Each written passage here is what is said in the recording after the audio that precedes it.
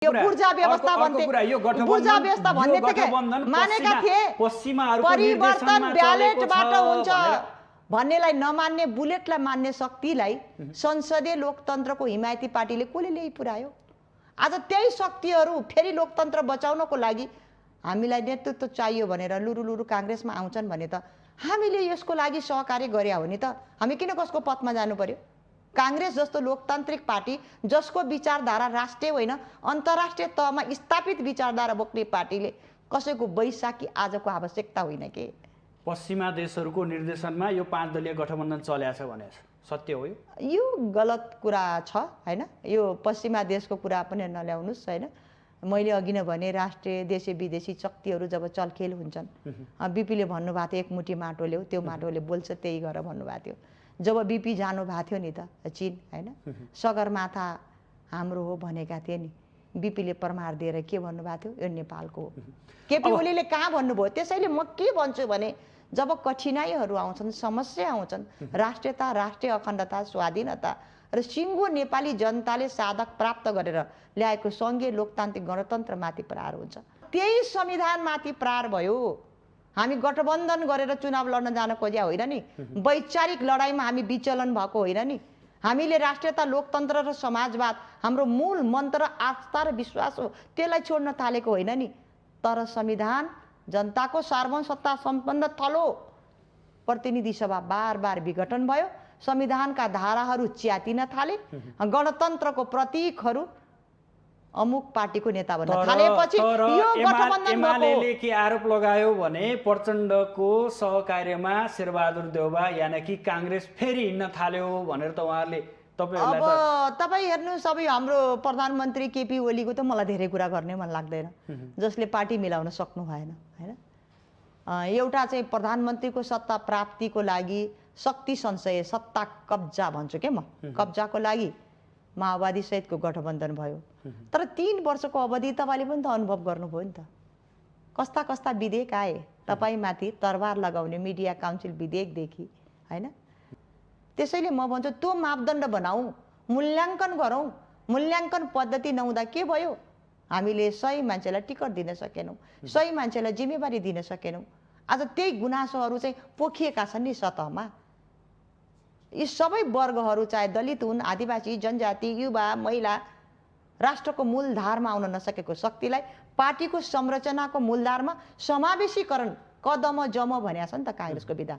कदम जम सहभागिताको लागि मात्र हो, कदम जम नेतृत्वको लागि पनि हो। आज तिनको गठबन्धन कहाँ पुग्यो? कुर्सी र सत्ताको लागि रहेछ नि त, राष्ट्र र जनताको लागि त थिएन। र हामीले जब समानुपातिक सिटको कुरा गर्ने हो भने लोकप्रिय मत त हामीले त्यहाँ पनि प्राप्त गर्यौँ। यसो भन्दै गर्दा काङ्ग्रेसको आन्तरिक शक्ति पनि त कमजोर भएको छ नि। हेर्नुहोस् भातृ सङ्गठनहरू कहाँ छन्? आन्तरिक शक्ति तपाईँले भनेमा म स्वीकार गर्छु, यो मेरो पनि एजेन्डा हो। जुन रूपले हामी आयौँ भातृ संस्थामा हैन, सफल अधिवेशन गरेर बिदा भयौँ के, त्यस कारणले हामीलाई हक लाग्छ कि महिला सङ्घभित्र हक लाग्छ नि, किनभने अधिवेशन गरेर आछन्, सङ्गठन बनाएर आछन्, सबै अधिवेशन गरेका छन्, त्यही संरचना छ किन।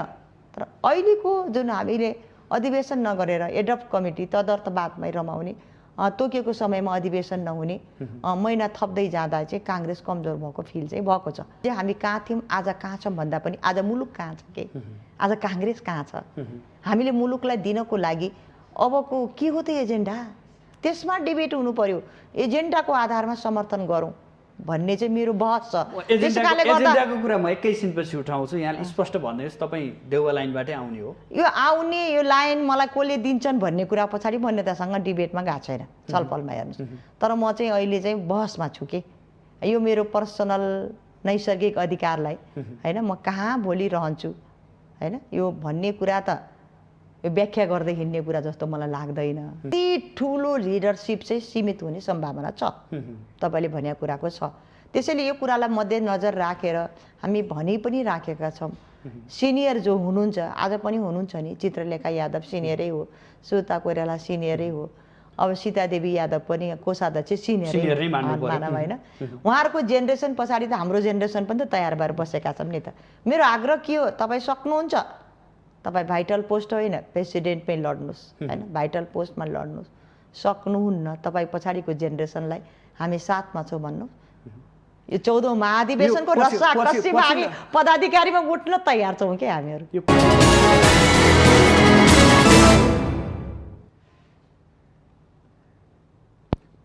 आदरणीय दर्शकबिन नमस्कार। आजको सन्दर्भ कार्यक्रममा यहाँहरूलाई हार्दिक स्वागत छ। म सुदर्शन आचार्य।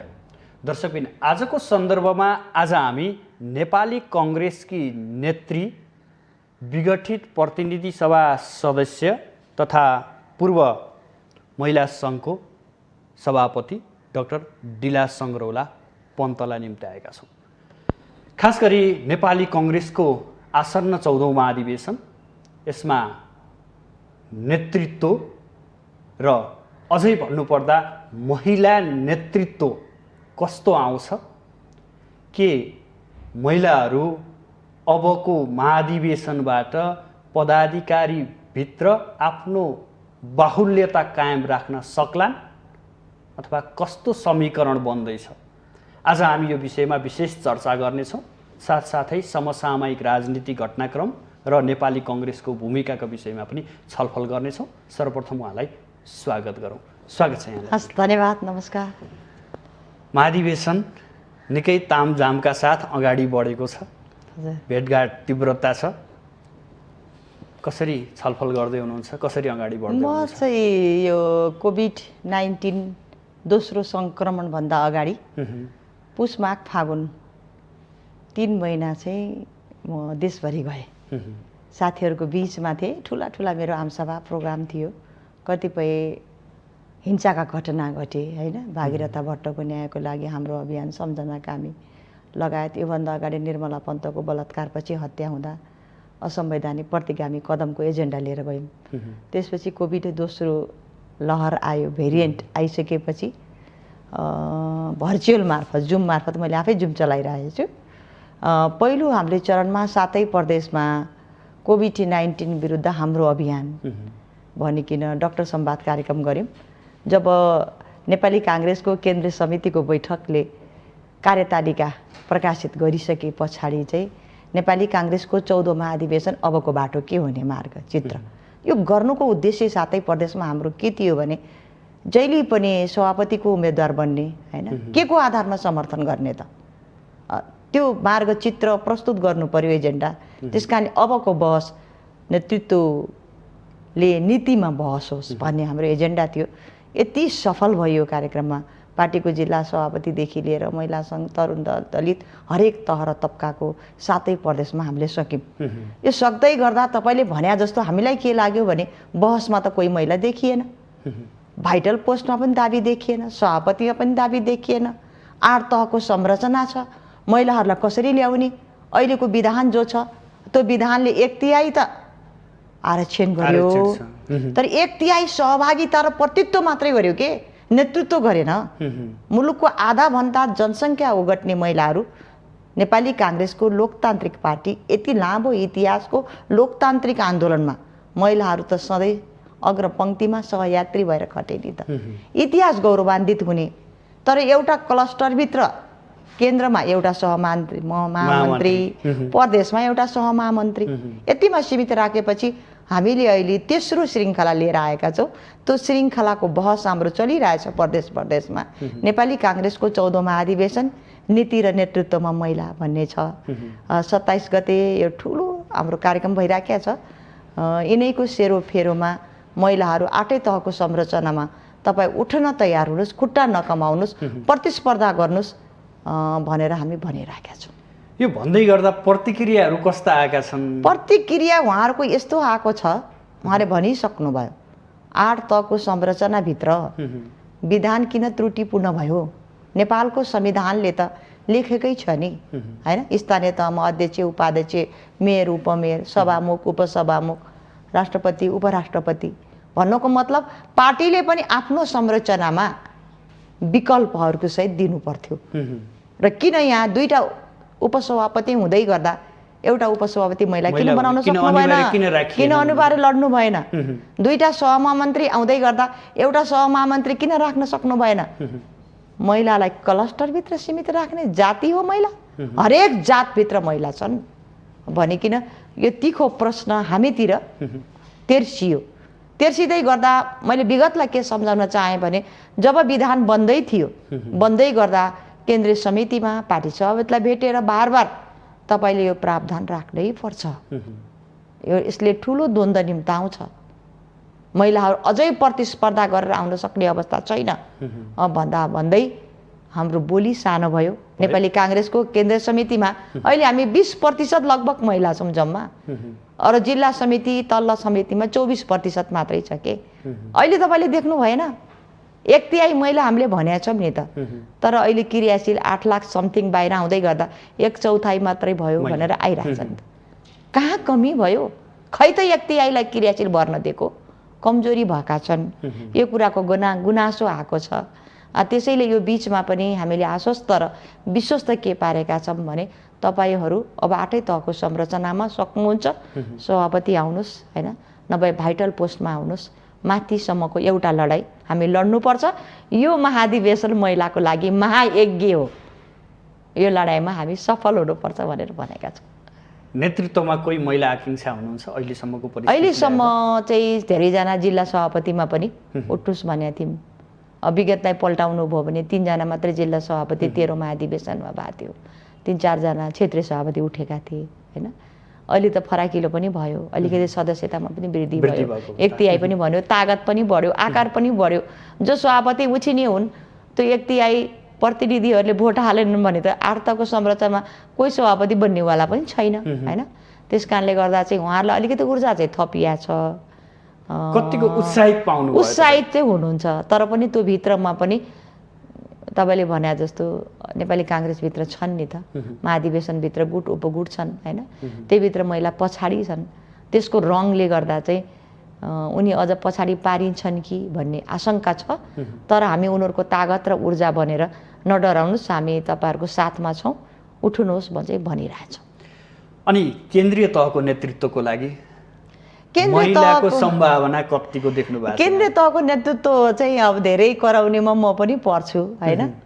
फागुनमै जब महाधिवेशन हुने थियो तपाईँले देख्नुभयो मैले धेरै लेखहरू पनि लेखेँ महिलालाई केन्द्रबिन्दु बनाएर, धेरै बहस पनि हामी जुम मार्फत त्यस बेला पनि थियो। देशभरि पनि अबको नेपाली काङ्ग्रेसको 14औं महाधिवेशन प्रतिनिधित्व होइन नेतृत्व भन्नेको एजेन्डा लिएर देशभरि डिबेट पनि गऱ्यौँ, प्रशिक्षण पनि हामी चलायौँ महिला सशक्तिकरण भनेर। आज सङ्घारमा आइ नै सक्यो हाम्रो अगाडि। अब हामीले खुट्टा कमायौँ होइन, पदाधिकारी लड्न आँट गरेनौँ भने जसरी आज एउटा कोषाध्यक्षमा सीमित छ, भोलि पनि सम्भावना एउटा सहमहामन्त्रीभित्र यति ठुलो लिडरसिप चाहिँ सीमित हुने सम्भावना छ, तपाईँले भनेको कुराको छ। त्यसैले यो कुरालाई मध्यनजर राखेर हामी भनी पनि राखेका छौँ। सिनियर जो हुनुहुन्छ आज पनि हुनुहुन्छ नि, चित्रलेखा यादव सिनियरै हो, सुता कोइराला सिनियरै हो, अब सीतादेवी यादव पनि कोषाध्यक्ष सिनियरै मानव होइन। उहाँहरूको जेनेरेसन पछाडि त हाम्रो जेनेरेसन पनि त तयार भएर बसेका छौँ नि त। मेरो आग्रह के हो, तपाईँ सक्नुहुन्छ, तपाईँ भाइटल पोस्ट होइन प्रेसिडेन्टमै लड्नुहोस् होइन, भाइटल पोस्टमा लड्नुहोस्। सक्नुहुन्न तपाईँ पछाडिको जेनेरेसनलाई हामी साथमा छौँ भन्नु। यो 14औं महाधिवेशनको रस्साकस्सीमा हामी पदाधिकारीमा उठ्न तयार छौँ क्या हामीहरू। यो पछिल्लो समय सरसर्ती हेर्दा स्वर्गीय नेता गिरिजाप्रसाद कोइरालाकी पुत्री सुजाता कोइरालाले नेतृत्वको दाबी गर्नुभएको छ, यद्यपि त्यो बाहिर अझै पनि प्रष्ट रूपमा आइसकेका छैन। त्यो बाहेक अन्य महिला नेत्रीहरूले सभापतिमा उठ्छौँ र समग्र पार्टीको एउटा नेतृत्व गर्छौँ भन्ने आँट आजको दिनसम्म देखिया छैन। यो भन्दै गर्दा डाक्टर डिला सङ्ग्रौला अबको महाधिवेशनमा कहाँ हुन्छ र कुन पोस्टबाट आफूलाई अगाडि उभ्याउँछ? यो सुजाता दिदीको पनि कुरा जोड्नु भयो। एकचोटि सुजाता दिदीले उड्छु भनेर भर्चुअलमा हामी सबै केन्द्रीय सदस्य महिला सङ्घको अध्यक्षलाई पनि बोलाउनु भएको थियो। हामीले त्यही भनेका थियौँ कि हामीले अहिले तीव्र तयारी गरौँ होइन, तपाईँ गार्जियन बन्नुभयो, हामी साथ दिन तयार छौँ भनेका थियौँ। त्यसपछि तपाईँले भने जस्तो स्वरहरू फेरि जुन रूपले आउनुपर्ने आइरहेका छैनन्। सम्भावना पनि कोही सभापति बन्छु भनेर चाहिँ सिनियरहरूले बोलेको पनि देखिएको छैन। नबोल्दै गर्दा तर चाहिँ प्रतिस्पर्धामा लोकतान्त्रिक पार्टीभित्र होइन जब आसन्न महाधिवेशनमा आफूलाई उभाउन नसक्ने त हामी नेता हुन सक्दैनौँ नि त हैन। सबै हाम्रो देशभरिको साथीहरूको आशा र भरोसाको केन्द्रबिन्दु पनि बन्नुपर्छ जस्तो लाग्छ। त्यसैले मैले के सोचेको छु भने लामो समयसम्म म नेपाल महिला सङ्घको केन्द्रीय अध्यक्ष रहेँ। यस्तो अध्यक्ष रहेँ कि नेपाली काङ्ग्रेसको 4 सालमा जन्म, अब 3 सालमा जन्म भयो। महिला सङ्घको 2004 सालमा मङ्गलादेवी सिंहले जन्माउनु भयो के। यात्रा र इतिहास हेर्दा त सँगसँगै छ नि त हैन। तर पनि आज काङ्ग्रेस 14औं महाधिवेशनको सङ्घारमा आइपुगेछ। तेस्रो राष्ट्रिय महाधिवेशन गराएर आएको मान्छे हुँ कि म शपथ हैन। त्यसलाई आकार दिएँ नि त मैले। आजसम्म महिलाहरूको जति नेतृत्व छ, जति संरचना छ, मेरो नेतृत्वमा बनेको संरचना छ। त्यसैले म गर्व गर्छु।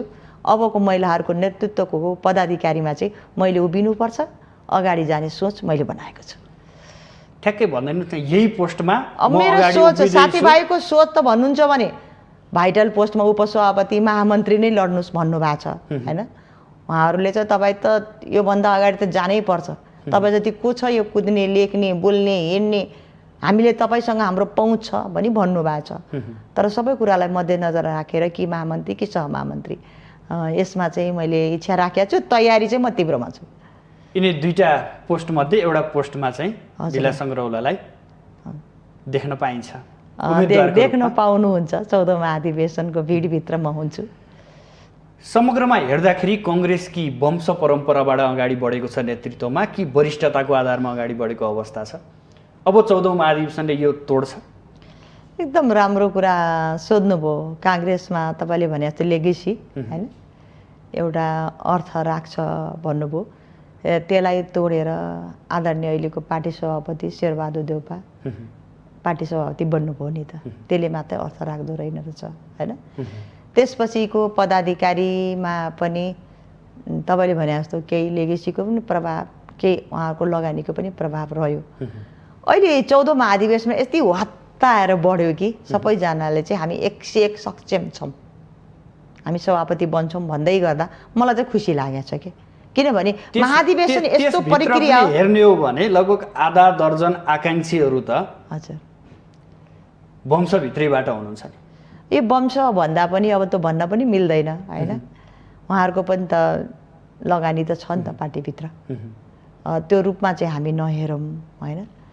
तर नेपाली काङ्ग्रेसभित्र लेगेसीले केही अर्थ राख्छ भन्ने कुरा त आजसम्म नेपालको आन्दोलनमा लामो लगानी पनि त फ्यामिलीको पनि त भयो नि, र उहाँहरूको आफै पनि लगानी भयो। यसले हामीले मिनिमाइज गर्ने टिका टिप्पणी त म गर्न चाहन्न। तर अहिलेको महाधिवेशन के हुन्छ भन्ने कुरा हो भने अहिलेको महाधिवेशन युवा हैन, तपाईले भने जस्तो त्यो आफ्नो ठाउँमा छ हजुर। तर अहिलेको नयाँ जेनेरेसनले हजुर त्यतापट्टि खासै फर्केर हेर्दैन क्या, त्यो मानेमा म सोध्न खोजेँ यहाँलाई। अहिलेको नयाँ जेनेरेसन आउँछ हेर्नुहोस्। अहिलेको महाधिवेशन जुन आइराख्नु भएको छ करिब करिब 4000 हैन, 4000 भित्र पनि 2400 जति महिला आउनुहुन्छ। सेन्ट्रल कमिटीमा नै 55 जना नयाँ अनुहार जाँदैछ के। यति खुसी छौँ हामी हैन, धेरै अनुहारहरू आइराखेको छ। र त्यो 1/3 महिला जुन महाधिवेशन प्रतिनिधि आइराख्नु भएको छ, उहाँले जसलाई छान्नुहुन्छ त्यही नै सभापति बन्दैछ नि त नेपाली काङ्ग्रेसको। त्यसैले म खुसी पनि भन्नुभएको छ पदाधिकारीभित्र महिलाको सङ्ख्या। अनि सङ्ख्या त्यही भएर म के भन्छु भने यो आएको स्वर्ण अवसर हैन, नयाँ इतिहास हामी रच्दैछौँ कि हैन। नयाँ आकार लिँदैछ नेपालको राजनीतिभित्र। महिलाको चाहिँ निर्णायक तहमा पुग्ने ढोका आइरा बेलामा हामी पछाडि हट्यौँ भने हामीलाई कसले दिन्छ? कसैले पनि किस्तीमा सजाएर तिमी यो पद ल्याउ त भन्नेवालाको छैन। प्रतिस्पर्धा पनि हामीले यतिको तहको महिलाले त गर्नु पर्यो नि त। प्रतिस्पर्धा पनि गरेर चाहिँ उभिनुपर्छ पनि माने त। तपाईँ कुन लाइनबाट आउँदै हुनुहुन्छ? लाइन गुट भन्दा पनि हेर्नुहोस् अधिवेशनले निर्धारण गर्छ हैन। म चाहिँ समग्र महिलाको बिचमा छु, समग्र युवाको बिचमा छु। आदरणीय काङ्ग्रेसभित्र जतिले पनि लगानी गर्नु भएको छ ती सबै काङ्ग्रेसी जनको बिचमा छु के। त्यसकारणले गर्दा भने तपाईँ वर्तमान सभापति शेरबहादुर देउवा निकट हुनुहुन्छ पछिल्लो समय, त्यो लाइनबाट तपाईँ आउँदै हुनुहुन्छ भन्ने कुराहरू गाईगुई बाहिर आइसकेको छ। यो कुरा चाहिँ के छ भने यो सत्यतालाई म के स्वीकार गर्छु भने यो अधिवेशनमा म अस्ति पनि केन्द्रीय सदस्य जितेँ नि त हैन। आदरणीय पार्टी सभापतिको टिमबाटै म जितेको मान्छे हुँ। यसमा दुई मतको कुरा होइन होइन र यो लोकतान्त्रिक पार्टीभित्र टिम गुट हुन्छन् अधिवेशनमा। तर मेरो मान्यता के हो भने अधिवेशनमा लाइक डिसलाइक हुन्छ होइन, नेतृत्वको चयनको लागि प्रतिस्पर्धा पनि हुन्छ। भोलि मान्छेलाई आफूलाई उभिनको लागि कहाँ हुन्छ त्यहाँ उभिन्छ होइन। हिजो हामी कहाँ थियौँ आज कहाँ छौँ भन्दा पनि आज मुलुक कहाँ छ के, आज काङ्ग्रेस कहाँ छ, हामीले मुलुकलाई दिनको लागि अबको के हो त एजेन्डा, त्यसमा डिबेट हुनु पर्यो।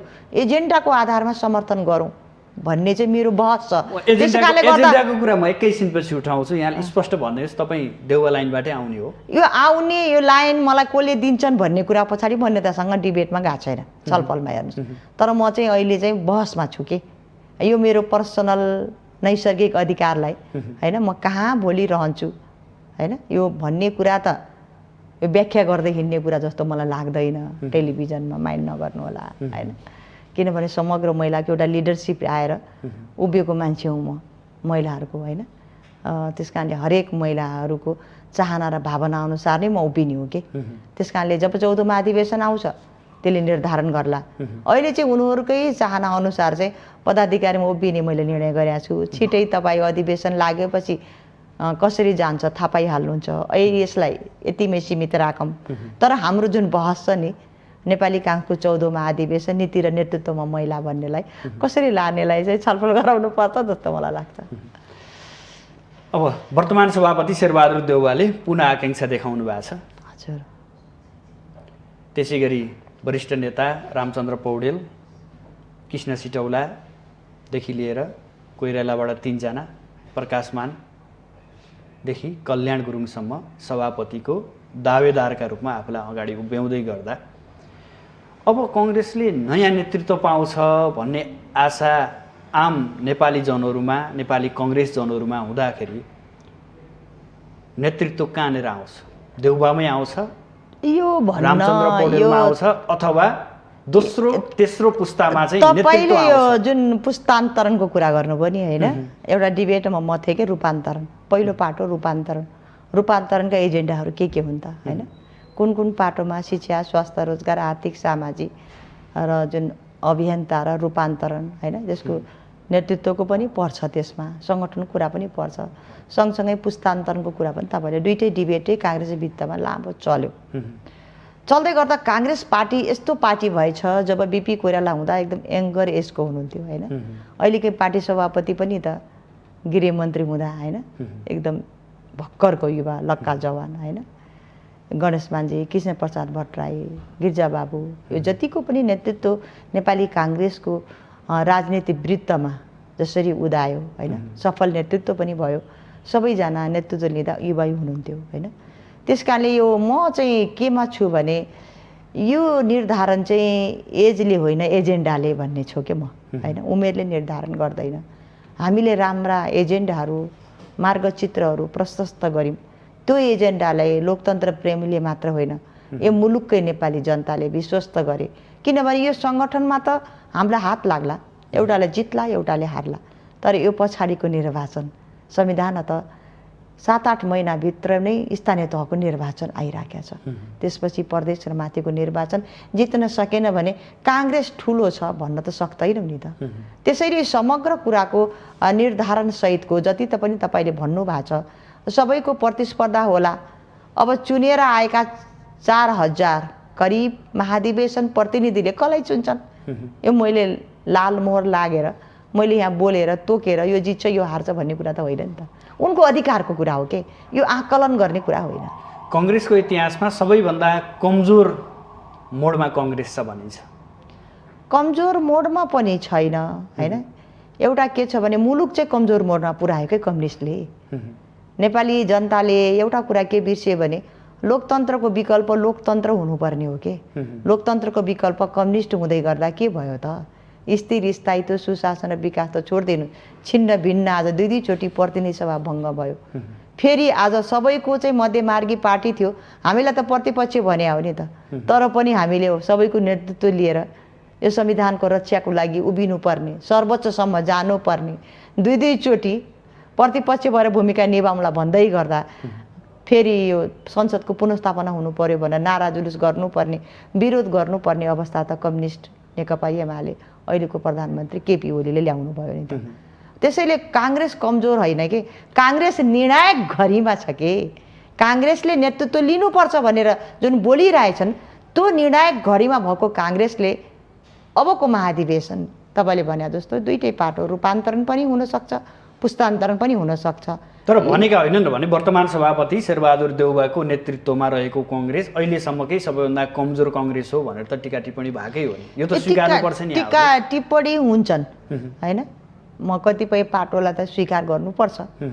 हामी 23 सिटमा झऱ्यौँ होइन।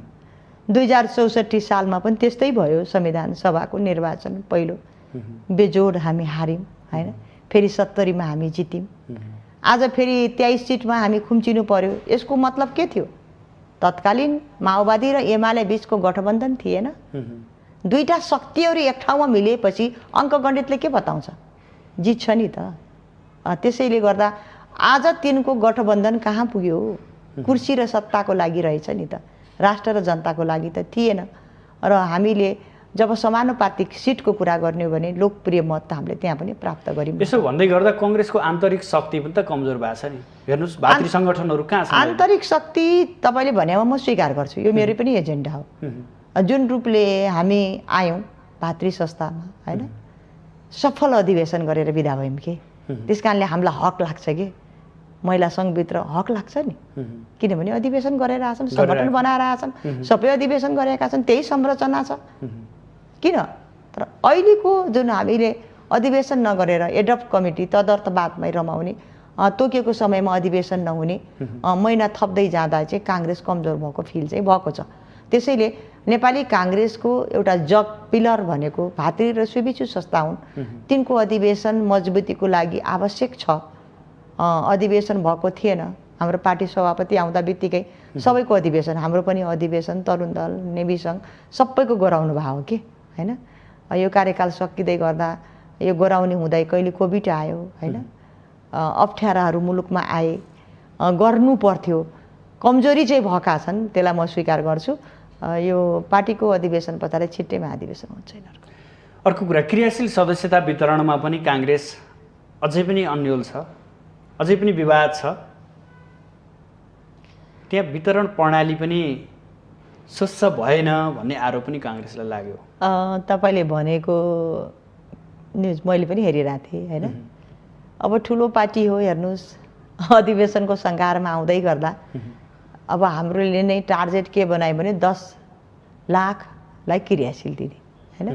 क्याडर बेस कि मास बेस भन्नु, दुइटै मिक्सै देखियो नि त पार्टी त। अब अहिले त्यति 8 लाखभन्दा बेसी क्रियाशील अपडेट भएर पनि आइसक्यो। त्यसमा थुप्रै रिटहरू पनि परेका छन्। र मेरो आग्रह के हो भने जति साथीहरू छानबिन समितिमा अहोरात्र खटिनु भएको छ, प्रदेश प्रदेशमा संयोजक तोकेर सबैसम्म विवाद मिलाउने, मेरै प्रदेशको आउँछ, मेरै जिल्लाको आउँछ भने मलाई पनि सोधाइ भइरहेछ कसरी मिलाउने, मिलाएर आउनुहोस्। ऐतिहासिक महाधिवेशनबाट जब विवाद जुन जुन जिल्लाले विवाद गर्छन्, विवाद मिल्दैन, ती त अधिवेशनमा भाग लिँदैनन् नि, पाउँदैनन् नि त। कसैलाई 14औं महाधिवेशनको कार्यतालिकाबाट भाग्ने छुट त छैन नि काङ्ग्रेसभित्र। महाधिवेशनको थाहा छ मलाई, महामन्त्रीले भनिसक्नु, महामन्त्रीज्यूले भन्नु भएको छ, वरिष्ठ नेताको पनि भनाइ आएको छ, सभापतिज्यूले पनि यो विवाद टुङ्गाएर छिटो सक भन्नु भएको छ। जसरी पनि यो महाधिवेशन सबैको लागि एउटा जीवन र नयाँ महायज्ञ हो, यो गर्नुपर्छ भन्नुभएको छ भने शीर्ष नेताहरूले यसो बोल्दै गर्दा महाधिवेशन नै नहुने त होइन। होइन, उहाँहरूले भनेको यो विवाद सल्टाउ भने प्रेसर दिया हो के। उहाँहरूले 30 गते अन्तिम डेडलाइन दिएछ नि, 30 गतेभित्र सबै विवाद टुङ्गाएर छानबिन समितिले निर्णय गर। छानबिन समितिको निर्णय भएपछि भोलिपल्ट नै यसलाई अनुमोदन त केन्द्रीय समितिले गर्नुपर्छ।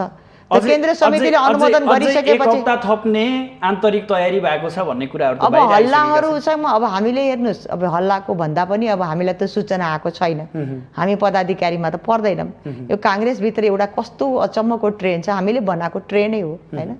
हामी नीतिगत बहस, नीतिगत होस्, संस्थागत होस् भन्ने भन्छौँ, तर पनि पहिल्यैदेखि आएको एउटा परम्परा, पदाधिकारी पूर्व पदाधिकारी बस्ने, उहाँहरू नै बैठकमा बस्नु भएको छ नि। कोलाई के भइरहेछ भन्ने कुरा त हाम्रो पूर्व पदाधिकारीलाई थाहा छ।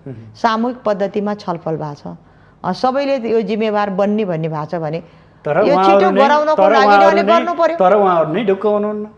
अब ढुक्क हुनु पर्यो, उहाँहरूले हामीलाई ढुक्क पार्नु पर्यो। जब सबै अधिकार उहाँहरूलाई दिएर हामीले पदाधिकारी पूर्व पदाधिकारीले मिलाउनुहोस्, अन्तिममा केही नभए चाहिँ आउनुहोस् केन्द्र समिति यहाँ भनेर म्यान्डेट पाएपछि जसले म्यान्डेट पायो, जसले नेतृत्व लिएर छलफल गरिरहनु भएको छ, उहाँहरू पन्छिनु मिल्दैन नि त। सबैले छिटो गर्नु पर्यो। हामी छोटो विश्राममा जान्छौँ। विश्रामपछि दर्शकबिन हामी एकैछिन विश्राम लिन्छौँ। विश्रामपछि पुनः उपस्थित हुनेछौँ।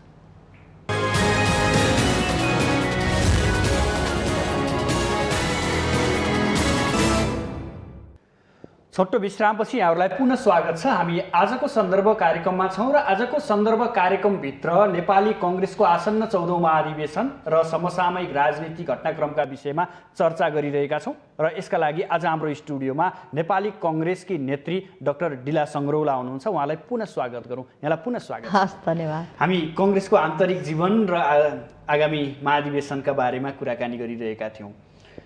अबको महाधिवेशन मात्र व्यक्तिमा केन्द्रित हुने हो अथवा एजेन्डा र विधि विधानमा केन्द्रित हुन्छ? त्यही कुराको समस्या छ के। हामी पनि अब यो 8औं महाधिवेशनदेखि नै म महाधिवेशन प्रतिनिधि भएर आएँ होइन। लामो यात्रा त पार गरिसक्यौँ नि। अहिले आएर केवल महाधिवेशन जब हुन्छ नीति तथा कार्यक्रम त आउँछ, कसैको ध्यान हुँदैन के, किनभने सबै चाहिँ नेतृत्वमा पुग्नु पर्यो भनेर आउँछ। त्यसैले अहिले नै अगाडि नै नेपाली काङ्ग्रेसले अगाडि आगामी लिने नीति र कार्यक्रम कार्यदिशा के हो, भर्चुअल मार्फत डिबेट गर्न त सकिन्छ नि त होइन। त्यो कुराको जिम्मा गरौँ, डिबेट गरौँ, त्यसैको बहसको आधारमा नेतृत्व चयन गरौँ भन्ने चाहिँ मेरो जहिले पनि यो वैचारिक लाइन के, वैचारिक बहस गरौँ भनेको छु। अब मैले नगरे पनि सबै नेतालाई, प्राय हामी पार्टी सभापतिज्यू त व्यस्त हुनुहुन्छ, पार्टी सभापति बाहेक हाम्रो बहसमा सबै नेतालाई हामीले चाहिँ निम्ताएका छौँ के बहसमा। हाम्रो बहसमा हामीलाई ध्यान आकर्षण, तपाईँहरू सभापति बनियो भने तपाईँका एजेन्डा के हुन् होइन, आश्वस्त र विश्वस्त पार्नुहोस् भन्ने कुरा चाहिँ चलाएका छौँ। अब योपालि पनि महाधिवेशन चाहिँ कर्मकाण्डी मात्रै भयो, नेतृत्व मात्रै कुरा भयो भने त यसले सार्थक लिँदैन। सायद त्यो बहसले सार्थकता पाउला। अब तपाईँकै कुरा गर्छु। हजुर। अरूलाई त भने भन्नुभएको छ। हजुर। तपाईँ पदाधिकारीभित्र आउँदै गर्दा तपाईँका एजेन्डा के हुन् र कसरी उठाउँदै हुनुहुन्छ यो पनि भन्नुहोस्। पहिलो मेरो एजेन्डा भनेको सबभन्दा पहिला म त काङ्ग्रेसकै, मेरो चाहिँ नेपाली खानको अबको बाटो भनेर नै किताब मेरो लेटेस्ट पब्लिकेसनमा म ल्याउँदैछु होइन। यसैमा लागिरहेको छु। हरेक नेपालीहरूको पहिलो भनेको अधिकार बाँच्न पाउने, जीवनयापन गर्न पाउने अधिकार हो। शिक्षा, स्वास्थ्य, रोजगार हो। आज कोभिडभित्र नेपाली जनताले न खोप पाए न राहत पाए के, छटपटिरहेको छ नि। तिनको जीवन सुरक्षा, कोरोनाबाट मुक्ति पहिलो एजेन्डा बनाउनुपर्छ जस्तो मलाई लाग्छ। दोस्रो भनेको हामीले भन्यौँ अब नखोसिने गरी ल्याएको लोकतन्त्र हो र संविधान हाम्रो अन्तिम हो भन्यौँ नि। बार बार लोकतन्त्र, गणतन्त्र र संविधानमाथि प्रहार भयो। गणतन्त्रको प्रतीक अमुक पार्टीको नेता भइन् होइन, सबैको साझा केन्द्रबिन्दु बन्न सकेनन्। बार बार संविधानमाथि प्रहार भयो, गणतन्त्र कमजोर भयो। त्यसैले अन्य शक्तिहरूले नेपाललाई फुटबल मैदान बनाउने दुष्प्रयास गरे। त्यसैले दोस्रो एजेन्डा भनेको गणतन्त्र, लोकतन्त्र हो। तेस्रो भनेको विकास हो। विकास कहाँबाट सुरु गर्ने त? विकास चाहिँ बिपी कोइरालाको प्रजातान्त्रिक समाजवाद, त्यसको माध्यमबाट आर्थिक सामाजिक रूपान्तरणको खाका। उहाँले एउटा चाहिँ योजना बनाउँदा पनि हलो जोतिरहेको किसान भन्नुभएको थियो भने किसान, मजदुर, असहाय वर्ग, तह र तबका, झुपडी र बस्तीलाई छुने खालको विकास, सिंहदरबारको अधिकार, गाउँघर आउने भनेका छौँ। त्यो समृद्धि र विकास नेपाली जनताले छुने गरी, अनुभूति गर्ने गरी पुगाउने त्यो खालको मोडल चाहिँ चौथो हुनुपर्छ जस्तो लाग्छ। अनि पाँचौँ मोडल हामीले केलाई बनाउनु पर्छ जस्तो मलाई के लाग्छ भने काङ्ग्रेसभित्र एकदम उठिने गरेको कुरा के हो भनेपछि यो सङ्गठनको चुस्त दुरुस्तता के होइन। सङ्गठनभित्रको ताजगी बिना चाहिँ अगाडि जान सक्दैन। त सङ्गठनभित्र पनि त व्यवस्थापन चाहियो नि त, पारदर्शिता चाहियो नि, सुशासन चाहियो नि होइन। त्यसले मात्रै त आकर्षणको केन्द्रबिन्दु बन्छ। त्यसलाई पनि एजेन्डा बनाउनुपर्छ जस्तो मलाई लाग्छ। र अर्को एजेन्डा चाहिँ मान्छेले सबैले उठाएको बहसमा एजेन्डा हो नीति नेतृत्व होइन, बिचमा चाहिँ तालमेल भएन भनेको छ कि संस्थागत पार्टी चलेन। नीति र विधिको ब्याडमा पार्टी चल्नुपर्छ भने छ। जसको नीति, त्यसै कारणले उसको नीति र नेतृत्वको नेतृत्वमा चाहिँ लैजाने कुरा मेरो एजेन्डा हो र म महिला भएको कारणले स्वाभाविक त हो महिलाको एजेन्डा प्रमुख मुद्दा हुन्छन्।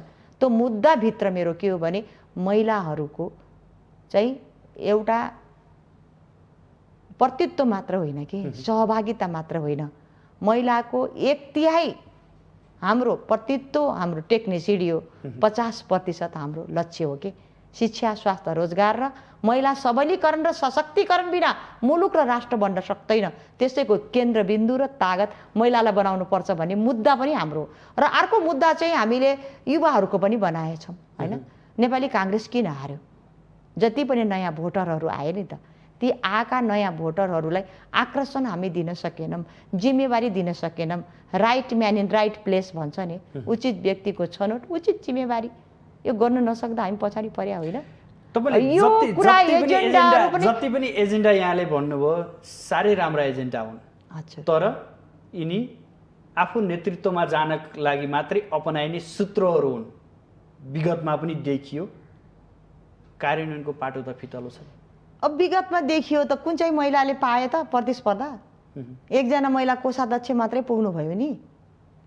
विगतमा त जसले जे प्रतिस्पर्धा गरे पदाधिकारी पनि हुनुभयो। उहाँले कति यो एउटा कुरा हामीले के बुझ्नुपर्छ भने महाधिवेशन भनेको दण्ड र पुरस्कार पनि हो कि।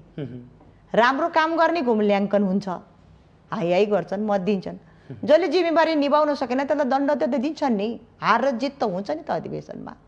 त्यसैले म भन्छु त्यो मापदण्ड बनाऊ, मूल्याङ्कन गरौँ। मूल्याङ्कन पद्धति नहुँदा के भयो? हामीले सही मान्छेलाई टिकट दिन सकेनौँ, सही मान्छेलाई जिम्मेवारी दिन सकेनौँ। आज त्यही गुनासोहरू चाहिँ पोखिएका छन् नि सतहमा। यी सबै वर्गहरू चाहे दलित हुन्, आदिवासी, जनजाति, युवा, महिला, राष्ट्रको मूलधारमा आउन नसकेको शक्तिलाई पार्टीको संरचनाको मूलधारमा समावेशीकरण कदम जम भनेको छ नि त काङ्ग्रेसको विधान। कदम जम सहभागिताको लागि मात्र हो, कदम जम नेतृत्वको लागि पनि हो। त्यसकारण समावेशी लोकतन्त्रभित्र समावेशी नेतृत्व आजको आवश्यकता हो। त्यसको केन्द्रबिन्दु महिला भन्नुपर्छ भने मेरो एजेन्डा। तपाईँले यसो भन्दै गर्दा नेपाली कङ्ग्रेस आफैभित्र गुट उपगुटमा व्यस्तै छ। हजुर, आम जनताले कङ्ग्रेसलाई धेरै अपेक्षाका साथ हेरिरहेको अवस्था छ वर्तमान राजनीतिक अन्योलताका कारण। कतै महाधिवेशनबाट कङ्ग्रेस झन कमजोर भएर झन मनमुटाव बोकेर झन गुट उपगुट बोकेर आउने त होइन, अर्को यताबाट पनि शङ्काले हेरिएको छ। यो शङ्काले हेर्नु हुँदैन। हामीले एउटा के भन्यौँ भने यो पार्टीभित्र मनोनित पद्धति धेरै भयो होइन। त्यसै गर्दा चाहिँ जसको मनोनित गरे त्यही प्रति ओठे भक्ति देखाउनु पर्ने होइन। गलतलाई पनि गलत भन्न नसक्ने, जे भने भन्दै गर्दा काङ्ग्रेस अगाडि जान सकेन भनेर एउटा सोच आयो। त्यसले गर्दा अहिले नयाँ विधानमा के भयो भने 80% चाहिँ प्रतिस्पर्धा गरेर आउने, 20% मात्रै मनोनित। अब त चुनेर आउँछन् नि होला। यो भित्रमा मान्छेलाई जित्नको लागि जसलाई पनि गुटको आवश्यकता पर्छ। हरेक पार्टीको अधिवेशन र त्यसको आन्तरिक जीवनभित्र हुने यो चयनको प्रक्रिया छ नि, सबैलाई साथ चाहिन्छ नि। समूह र लबी बिना त कोही जित्नै सक्दैन होइन। त्यस कारणले गर्दा त्यो हुन्छ। तर चाहिँ 80% इलेक्सनबाट आएका मान्छेले गुटैबन्दी गर्छन्, राष्ट्र र मुलुकको बारे सोच्दैनन्। काङ्ग्रेस कमजोर हुन्छ भनेर सोच्नु हास्यास्पद हो। कुनै पनि हालत हुँदैन। अहिलेको काङ्ग्रेस जुन चुनेर आउनुहुन्छ कर्मशील मान्छे मात्रै आउँछन्, सङ्गठनशील मान्छे मात्रै आउँछन्, विचारक मान्छे मात्रै आउँछन्, दक्षता र क्षमता राख्ने मान्छे आउँछन्। प्रतिस्पर्धा छ, कसौटीमा उभिनुपर्छ। त्यसले कारणले म विश्वस्त छु अबको काङ्ग्रेस रूपान्तरित काङ्ग्रेस आउँछ। त्यसले राष्ट्र र मुलुकको बारेमा सोध्छ अबको आउने लिडरसिपले। अबको कङ्ग्रेस यदुवंशीको जस्तै हाल हुन्न, पाण्डव जस्तै मिलेर आउँछ। मिलेर आउँछ। यो म चाहिँ भन्छु काङ्ग्रेस भनेको सत्य हो भन्छु क्या। काङ्ग्रेस भनेको किन पाण्डव सत्य थिए नि त, कौरव त हारे नि। काङ्ग्रेस सत्य हो। काङ्ग्रेस भनेको आस्था पनि हो, विचार पनि हो होइन, परिवर्तन पनि हो, सङ्घर्ष पनि हो।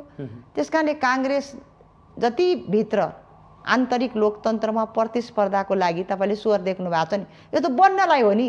भोलि म बन्नलाई मैले पनि धेरै एजेन्डा लिएर आउँछु होइन। आज पो अझ अधिवेशनको सङ्घारमा छैन, त्योभन्दा म कसरी टिकुने भन्नेलाई एजेन्डा आउँछन्। यसलाई हामीले नकारात्मक रूपमा सोच्नु हुँदैन। तर समग्र काङ्ग्रेस बनाउनको लागि त सबै काङ्ग्रेसी नै हो नि त। सबै एक नभइकन कहीँ हुन्छ काङ्ग्रेस जितिन्छ। तर वर्तमान अवस्थामा काङ्ग्रेसको भूमिका निकै कमजोर भयो, देश यस्तो अवस्थामा छ, काङ्ग्रेस कहाँ छ, यो प्रश्न पनि त उठिरहेछ नि। काङ्ग्रेस कहाँ छ? काङ्ग्रेस त जनताको बिचमै छ नि। काङ्ग्रेस कहाँ हुने? आज काङ्ग्रेस प्रतिपक्षमा हुँदा पनि राजनीतिको मियो को भएको छ? काङ्ग्रेस आइदेऊ बचाइदेऊ, सबजना कहाँ गए? सबै पार्टी सभापति कहाँ र हाम्रो वरिष्ठ नेता सबै बसेर ल नेतृत्व लिइदिनु पर्यो, काङ्ग्रेसले नेतृत्व लिइदिनु पर्यो, संविधान र मुलुक बचाउनु पर्यो भने कसले भन्यो? गत पुस 5 यता लगभग चैत्रको महिनासम्म त काङ्ग्रेस त्यति सक्रिय भएर आएको त होइन। सक्रिय भएर आयो किनभने हाम्रो भनाइ के थियो भने माओवादी र एमालेका केही नेताहरू गएर त्यस बेलाको डिफरेन्सेस के थियो भनेपछि यो कुराको यथार्थ चाहिँ व्यक्त गर्नुपर्छ। किनभने हामीले सहकार्य गरेनौँ, हामी मुद्दामा सहमत थियौँ।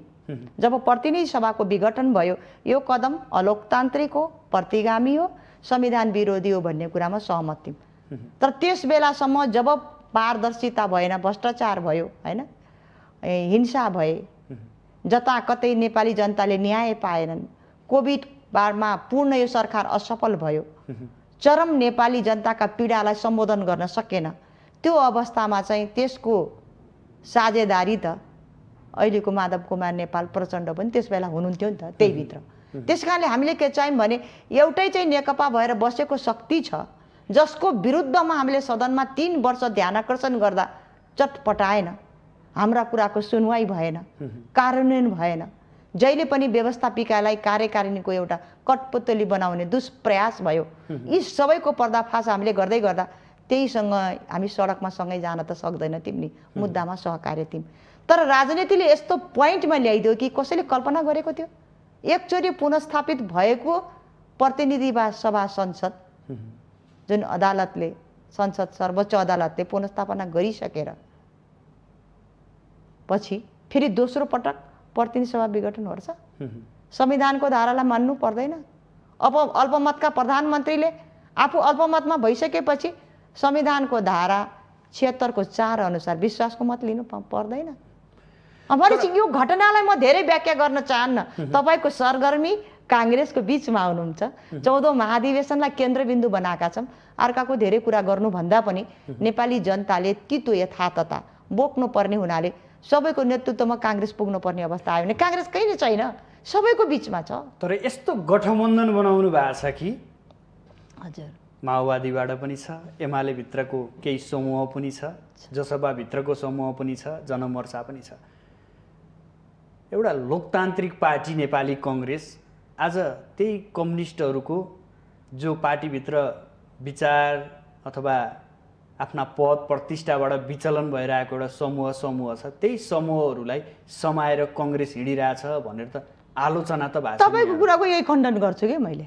जब हामीलाई 46 सालको परिवर्तन, होइन, 46 सालको परिवर्तन हामीले जुन गऱ्यौँ, 30 वर्ष पञ्चायतको अन्त्य भयो नि त, नेतृत्व गणेशमान सिंहले लिनुभयो, 7 दलीय गठबन्धन के को लागि थियो?